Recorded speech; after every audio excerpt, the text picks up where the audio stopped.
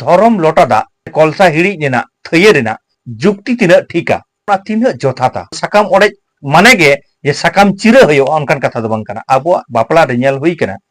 आयमा कथा गे भेंता कथा ताहेना कासी गेले बिंदी गाना कासी गेले ना जुदी कथा हिजुआ कासी गेले दो कासी गेलेम साब आया की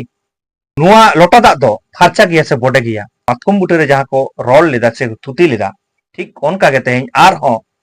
न दो बाटी रे ओंडे लोटा दा सामांग कते हांडेरन मोड़े बाबा नोडेरन मोड़े बाबा आते नुंका गे कुली कुपली हुजुआ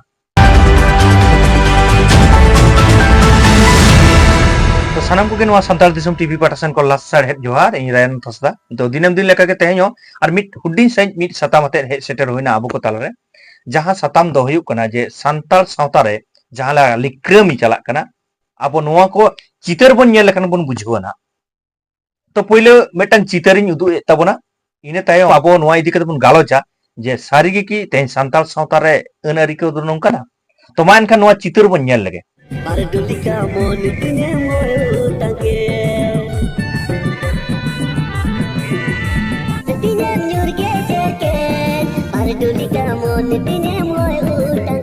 नोना जहां चितर बन नेल केदा नुआ दो साकाम ओड़े मेने जे संताल सावताना सारी धर्म अन आरि लेकाते बापाक मेने डिवोर्स जहां दो आबो बन नेल कदा जे जहां कुड़ी गिद्रे कोड़ा गिद्रे जहां की संसार रे दा उनकिन घारंज रे उनकाना कथा को हेज लेनखान उनकिन बाकिन आकुट लेनखान उन ऑक्तो रे उना साकाम ओड़े हुयुआ मेने उनकिन बापाक किन हुयुआ से उनकिन किन बापाक कना तो आदो साकाम ओड़े ना जहां चितर को तेहें नेल हुई कना आयमा जायगा रे ठीक नो नोंका आयमा जायगा रे नेल हुई कना साकाम ओड़े ना चितर जहां दो साकाम साब कते नोतरे उनी बाहु कुड़ी गिद्रे आ नोतरे उनी जावाई गिद्रे साब बचो कते ना साकाम चिरे नेल हुई कना तो उनका के आर मिटांग जहां नो चितर बन नेल किदा तेहें धरम लोटा दा कलसा हिड़ी रेना थैये रेना नो चितर बन नेल किदा आदो आबो बन गालोचा जे नोआ ना जुक्ति तिना ठीका जे नोना चितर जहां को नेलोक कान दो नोना तिना जथाता तो नोडे आबो जदी नोआ तुंखी तलाश आबोन से तुंखी तलाश कते जहां बन नेला इन जहां लेकाते इन बडाय कदा से जहां लेकाते इन खंद्रंत कते जहां नाम कदा न तो नोआ की जुक्ति लेदा जे साकाम ओड़े ना जहां मेनेत दो हुयुक कना माजी बाबा को से आबो ओंडे को मोड़े बाबा को जहां बाकेड़ मेना दो मातकम बुटे ना कथा मातकम बुटे दो चेलका जे मातकम बुटे दो नोआ कना जे दो बाटी रे दुड़ुब कते जहां उनकिन कोड़ा गिद्रे कुड़ी गिद्रे विदाय ऑक्तो मेनेत जुदी जहां कोड़ा गिद्रे बापला चलाव कना तो ओंडे खन जखन ओंडे बाहु उड़ा खन को विदाय कना उन ऑक्तो रे विदाय ऑक्तो रे जहां दो बाटी ना कथा कना ना दो बाटी ना कथा गे मातकम बुटे ओंडे उनको कुली केना जे धरम लोटा दा सामांग कते ओंडे को कुली केना जे नुआ लोटा दा हे मोय नुआ लोटा दा तो पेरे गया से ताला गया हे बाबू नुआ लोटा दा दो फारचा गे से बोडा गया माने मिट कथा के बना हरगे कुड़ी कुली केना को से उनकी तला की नेमा जे बांग नुआ दा पेरे गया नुंकना आयमा लेकना ओंडे थुती मेना ओना साव सावते नुआ टटको दो साडे गया आम बाबू जहां रेगम चला सेंद्रा रे कारका रे आधा जम में आधा दो रुवड़ अगुई में तारात नो नुंकना कथा को उतुरंगो दाका रंगो ना कथा को आयमा लेकना हेना ओना को दो बइन लेदा आयमा हर गे बन बड़ाय गया नुंकना कथा थुती गालमारा ओंडे हुयुआ आर उनी माजी बाबा को सुपुरु दया जे तेहें खन दो माजी बाबा जांग हो जांग तरोय हो तरोय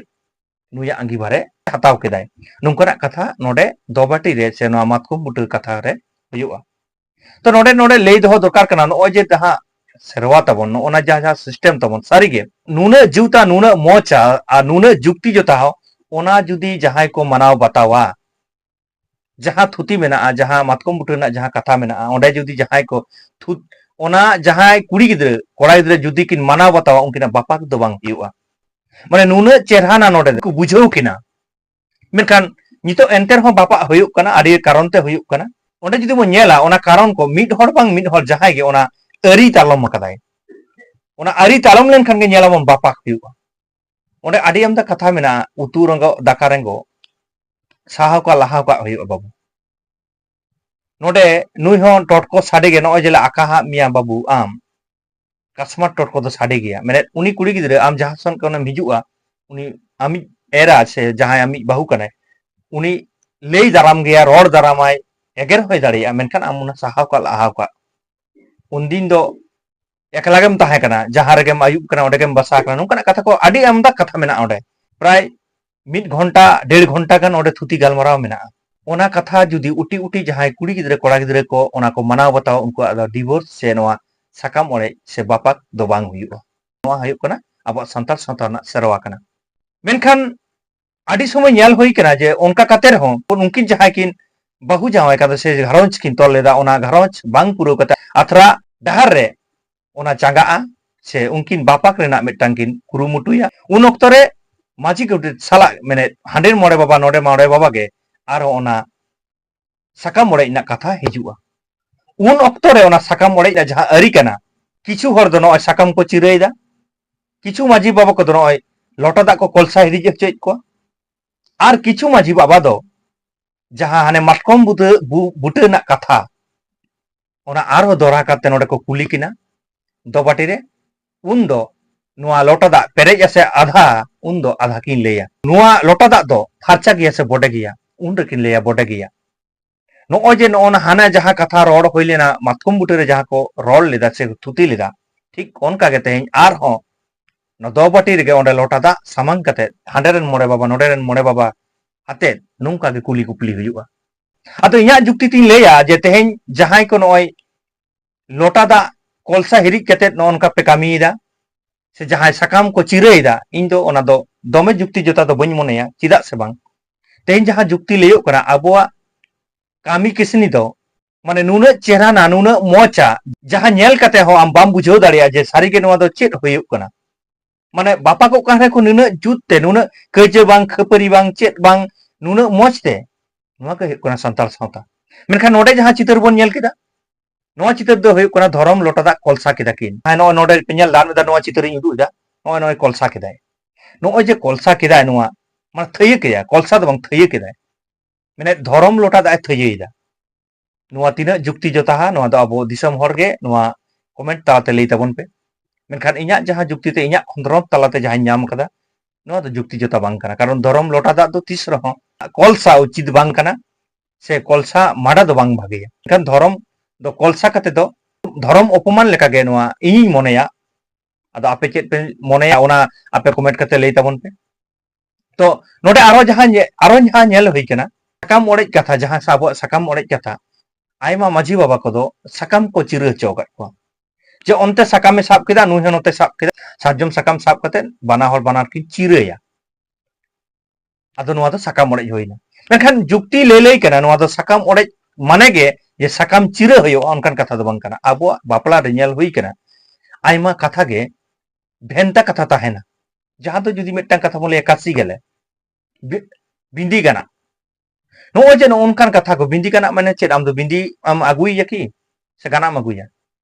कासी गेले ना जुदी कथा हिजुआ कासी गेले दो चेद कासी गेलेम साब आया की आदि आमदा कथा गे अपार हेते मेना कदा जानी खान दो ना साकाम ओड़े हो नो अपार हेत ना कथा कना जहां दो तेहेन बापाक रेना कथा डायरेक्ट से सोजे सोजे बांग लई कते बापाक कथा बांग लई कते छापटाव कथा बांग लई कते साकाम ओड़े को हापड़ाम को nyutumak थाइया से इन जहां नेल कदा से इन जहां खंत्रोंत कदिन जहां तना हापड़ाम को कुली कर को जहां बापाक रेना कथा से साकाम ओड़े ना कथा दो जहां दो बटी ना कथा जहां जहां लेका को कुली को उनका के कुली रुवर को मेनखान नोडे दो बाकिन सिकरा लोटा दा तारकु जकिन नो कोलसा दो बांग उनकिन तारकु हिरी जकिन आर जात जेरकिन छापाडा ओंडे खन गे आबो छापाडा से नो साकाम ओड़े ना कामी हुयुआ